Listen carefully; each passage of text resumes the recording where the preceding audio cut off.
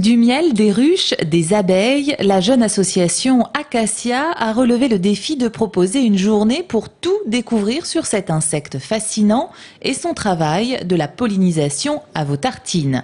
Il ne faudrait donc plus avoir peur des ouvrières butineuses, mais bien au contraire, prendre exemple et participer à leur sauvetage.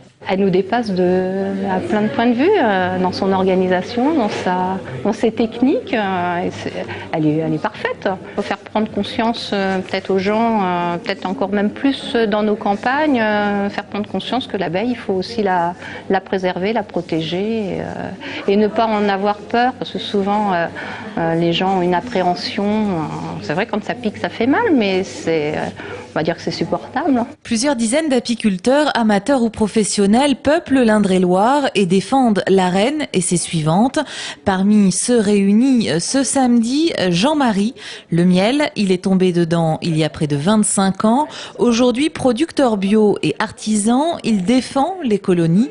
Et si l'emploi du gaucho sur les cultures a été retiré, les abeilles ont encore de nombreux prédateurs. Il y a de très nombreux prédateurs, mais notre ennemi numéro un aujourd'hui, c'est le varroa, l'araignée qui parasite les abeilles.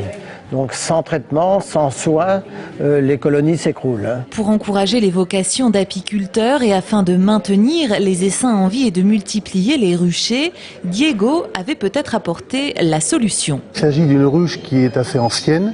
C'est une ruche qui a été inventée par un abbé, comme beaucoup de ruches d'ailleurs, qui s'appelait l'abbé Waré.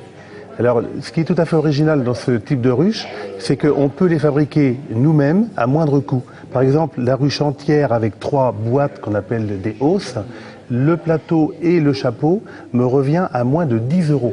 Alors vous aussi, sans phobie des abeilles et avec 10 € en poche, vous deviendrez peut-être un apiculteur.